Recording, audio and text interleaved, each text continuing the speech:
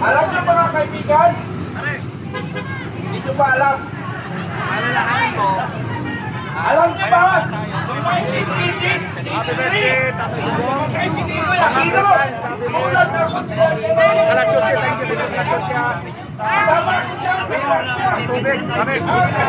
ko na humaharap ang tawag sa municipal control noong panahon ng 1983. Nandiyan ako doon. Ngayon, nandito ako ngayon. Ako ngayon ang binabantayan. Kayo pala. O, ba't mahulog ko?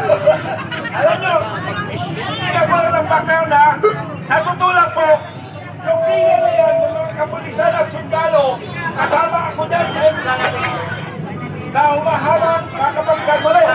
Magkakagulo ba tayo? Hindi! Magkakagulo ba tayo? Hindi! Para sa bayan! Hindi! Para sa bayan ang ating bagay dito.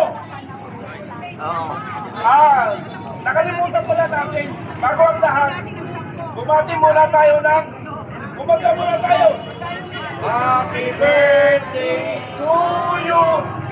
Happy birthday to you!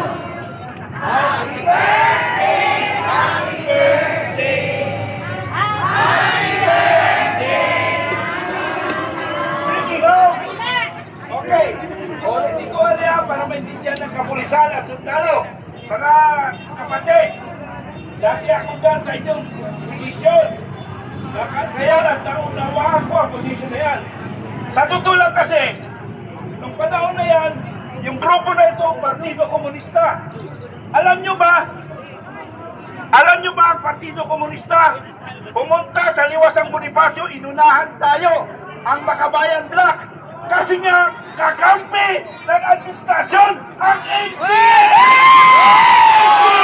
Kakampi! Hoy, mga kapatid, okay, kumampi sa NPA ha? Pero ito yun. Ang administrasyon, pinamumunuan ni Tambaloslos, ni Congressman Romualdez, sila ang nagsatwatan, NPA, at saka ang gobyernong ito. Kaya mali ang administrasyon na yun. Pinuin nyo, ang administrasyon na yun, kakampi ang NPA.